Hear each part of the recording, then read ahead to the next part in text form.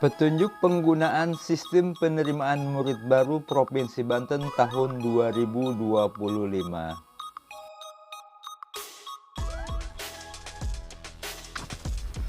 Selamat kepada adik-adik yang telah menyelesaikan pendidikan di sekolah menengah pertama. Modul siswa, ada 9 petunjuk yang akan disampaikan. Untuk itu, tonton sampai selesai biar nggak gagal paham.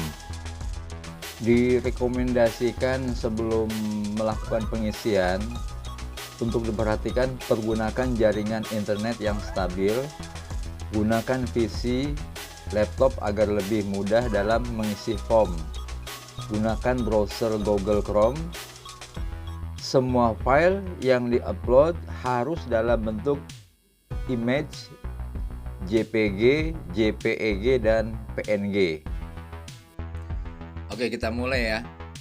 1. Tentang pendaftaran siswa didik baru. Langkahnya, buka alamat web pendaftaran SPMB Provinsi Banten 2025 dengan https://spmb.bantenprof.go.id. Lalu pilih daftar menu login. Nah, akan nampak ya, selamat datang SPMB Provinsi Banten 2025. Selanjutnya siswa akan diarahkan ke halaman login. Untuk melakukan pendaftaran silakan klik menu daftar di sini ya. Pada kolom pendaftaran itu ada nomor daftar atau email ya. Kemudian paspor, jangan sampai salah ya. Selanjutnya form registrasi itu harap isi dengan benar ya, karena tidak bisa diubah kecuali email, telepon, dan paspor. Silahkan diisi dengan lengkap menggunakan data yang benar, lalu klik tombol kirim. Setelah itu sistem akan mengirimkan verifikasi pada email yang didaftarkan. Harap gunakan layanan email Gmail agar email verifikasi tidak terkendala. Apabila email verifikasi tidak ada di inbox, bisa dicek di bagian spam pada akun Gmail kamu. Setelah melakukan verifikasi, siswa dapat login dengan menggunakan email dan paspor yang sudah dibuat sebelumnya. Setelah siswa berhasil login, maka kamu akan mendapatkan tampilan seperti di atas tuh. Untuk proses selanjutnya, siswa wajib mengisi data-data yang ada pada halaman dashboard siswa. Langkah pendaftaran: 1. Isi data profil. 2. Isi data nilai. 3. Unggah dokumen. 4. Pilih jalur. 3. Petunjuk pengisian data pribadi atau profil siswa.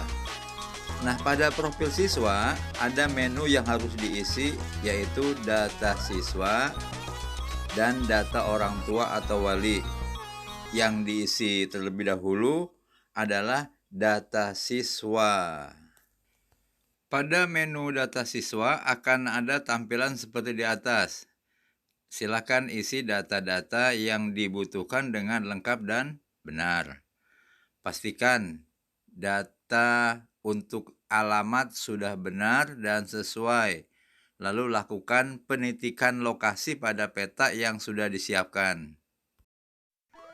Pada dashboard siswa yang di situ, yang pertama nomor daftar, kemudian NISN, nama, tempat tanggal lahir, sekolah asal, jenis sekolah, jenis kelamin, disabilitas, NIK, status sosial, kartu keluarga, alamat domisili, RT RW, kabupaten atau kota, kecamatan, lalu desa dan kelurahan. Perhatikan dengan baik petunjuk untuk menentukan titik pada peta. Setelah semua data sudah diinput dan titik lokasi sudah dibuat, klik simpan. Ingat, perhatian penting banget nih. Apabila titik lokasi diisi dengan asal dan tidak benar, maka kamu beresiko memiliki jarak yang jauh dari rumah ke sekolah kamu tentunya. Panduan penitikan lokasi. 1. Pilih desa atau kelurahan terlebih dahulu. Kedua, klik ganda pada peta penentuan lokasi awal. 3. Jika menggunakan handphone, klik tanda gituan ya, untuk akurasi titik lokasi pada titik tersebut. 4. Zoom dan perbesar peta X untuk memastikan lokasi. 5. Pilih layar citra satelit pada gambar untuk lebih detail ya. 6. Penitikan lokasi di tengah atap rumah. Ingat, pemalsuan titik lokasi bisa didiskualifikasi. Selanjutnya yang keempat, petunjuk mengisi data orang tua atau wali murid. Isi form yang tersedia dengan lengkap dan benar. Lalu klik simpan. Apa yang di situ?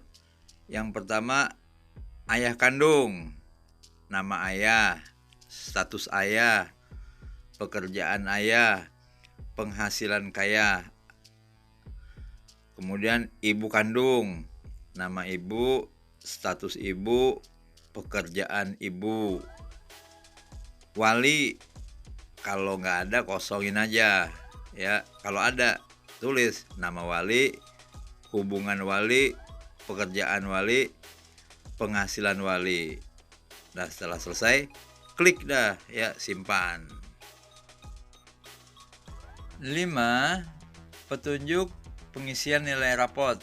Untuk mengisi data nilai, siswa bisa memilih menu nilai pada sisi kanan aplikasi. Lakukan pengisian nilai sesuai dengan form yang ada. Pastikan untuk membaca petunjuk yang terdapat pada aplikasi. Pastikan seluruh nilai diisi berdasarkan nilai rapot yang sebenarnya. Setelah itu, klik simpan. Untuk lebih jelasnya perhatikan ya. Itu ya, rapot. Pilih menu rapot pada bagian atas untuk melakukan pengisian nilai rapot. Data nilai rapot. Data nilai rapot wajib diisi sesuai dengan data yang ada pada rapot semester 1 sampai dengan 5. Gunakan titik jika ada desimal dan maksimal 2 desimal. Contoh 99.50. Nilai diisi dengan angka 0 sampai 100, kelipatan 10. Nilai agama untuk MTS rata-rata dari hasil penjumlahan mapel Al-Quran, hadis, akidah, akhlak, fikih, sejarah, kebudayaan Islam. Ada 4 tuh ya. Kemudian nilai rata-rata dihitung otomatis. Poin nilai rapot penjumlahan rata-rata per semester ya, selama 5 semester. Jika kolom nilai berwarna hijau, itu tandanya belum disimpan. 6. Petunjuk pengisian prestasi. Bagi siswa yang ingin menggunakan jalur prestasi non-akademik, maka bisa memilih menu prestasi di bagian menu nilai. Data prestasi. Prestasi yang diisi adalah prestasi yang diperoleh pada saat SMP atau MTS. Bukti atas prestasi diterbitkan paling lama 3 tahun sebelum tanggal pendaftaran. Diperuntukkan bagi calon murid yang memiliki prestasi di bidang akademik dan atau non-akademik. Kategori prestasi kejuaraan dan non-kejuaraan telah dikurasi oleh penyelenggara SPMB atau dikurasi oleh kementerian. Poin prestasi akan muncul jika sudah terverifikasi sekolah tujuan. Apabila ingin melakukan upload sertifikat prestasi non-akademik, silakan menu tambah, maka akan tampil menu seperti di bawah ini tuh ya. Pilih kategori sertifikat kamu, pilih tingkat jenis prestasi, isi keterangan event prestasi, isi nomor surat sertifikat, isi tanggal surat sertifikat dikeluarkan, upload file sertifikat atau surat, lalu klik dah simpan. 7. Petunjuk upload dokumen. Untuk melakukan upload dokumen yang wajib kamu dapat memilih menu dokumen pada sisi kiri aplikasi itu ya. Baca dan perhatikan dengan baik informasi pada halaman dokumen. Pas foto wajib, akte lahir wajib, kartu keluarga wajib, kartu NISN atau tangkapan layar pengecekan NISN wajib, raport semester 1 sampai 5 wajib, foto rumah wajib, kartu keikutsertaan program keluarga ekonomi tidak mampu KETM untuk jalur afirmasi ya, kartu penyandang disabilitas untuk jalur afirmasi, surat keterangan domisili untuk jalur mutasi, surat tugas orang tua atau wali untuk jalur mutasi, sertifikat prestasi SK pengurus OSIS, kepanduan atau prestasi lainnya, unggah di prestasi jalur prestasi non akademik. Kemudian untuk jalur SMK, jika ada dokumen prestasi KETM disabilitas yang valid, maka akan menjadi tambahan nilai. Oke, sekarang siapkan dokumen yang wajib diupload untuk proses SPMB, yaitu A. Dokumen wajib, pas foto, akte lahir, kartu keluarga, kartu NISN, raport semester 1 sampai dengan 5, foto calon murid di depan rumah. B. Dokumen yang wajib ada untuk jalur tertentu, kartu penyandang disabilitas atau surat keterangan dokter, kartu keluarga keikutsertaan dalam program penanganan keluarga ekonomi tidak mampu, surat keterangan domisili, surat tugas orang tua atau wali. Untuk proses upload dokumen, siswa dapat memilih tombol unggah. Silakan upload file dokumen Anda sesuai dengan list yang ada. Untuk dokumen yang tidak memiliki nomor seperti foto, maka bisa diisikan angka bebas, contohnya 1, 2, 3, 4, 5. Pada bagian keterangan wajib diisi. Setelah itu, klik simpan dan lanjutkan sampai seluruh dokumen yang dibutuhkan terupload. 8. Petunjuk pengisian pemilihan jalur SPMB. Untuk melakukan pendaftaran ke sekolah sesuai dengan jalur yang dipilih, siswa wajib mengisi data-data dasar dan upload file yang dibutuhkan pada langkah sebelumnya. Pilih menu jalur SPMB pada bagian kiri aplikasi. Nah, contoh seperti yang di bawah itu. Maka akan tampil menu seperti gambar di bawah. Pastikan simak dengan baik atau baca dengan baik informasi yang tersedia pada menu di bawah ini. Pilihan 1 dan 2 untuk tujuan sekolah negeri dengan bentuk jenis sekolah yang sama. Jika pilihan 1 SMA negeri, maka pilihan 2 dapat memilih SMA negeri lain dengan jalur pendaftaran yang sama atau berbeda. Jika pilihan 1 SMK negeri, maka pilihan 2 dapat memilih di SMK yang sama dengan program keahlian yang berbeda, atau dapat memilih SMK yang berbeda dengan satu program keahlian yang tersedia. Pilihan 3 dan 4 untuk tujuan sekolah swasta terdekat sesuai domisili.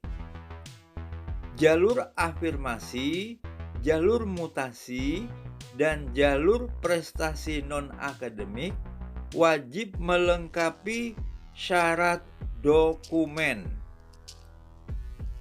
Untuk lebih jelas dalam pengisian sebagai berikut, pilih jenis sekolah yang diinginkan, SMA negeri atau SMK negeri. Pilih jalur pendaftaran yang diinginkan. Apabila Anda memilih jalur selain domisili, pastikan Anda susah melakukan upload dokumen yang disyaratkan pada tingkat sebelumnya. Pilih sekolah yang sesuai. Pilih tombol biru untuk mendapatkan rekomendasi sekolah terdekat. Sistem akan memberikan rekomendasi sekolah terdekat dari domisili siswa. Setelah itu, klik pilih di sekolah yang diinginkan. Hal yang sama dilakukan untuk memilih pilihan 2 dan pilihan untuk sekolah swasta terdekat yang diminati. Untuk jalur SMK, maka akan ada tambahan untuk memilih program studi atau prodi. 9. Formulir. Nah, kita pada akhir sesi nih. Menu formulir adalah menu untuk melakukan cetak berkas-berkas yang sudah diinput ke dalam sistem. Selanjutnya, silakan print dan datang ke salah satu sekolah yang dipilih untuk melakukan verifikasi dan validasi data. Contoh formulir bisa dilihat di bawah ini.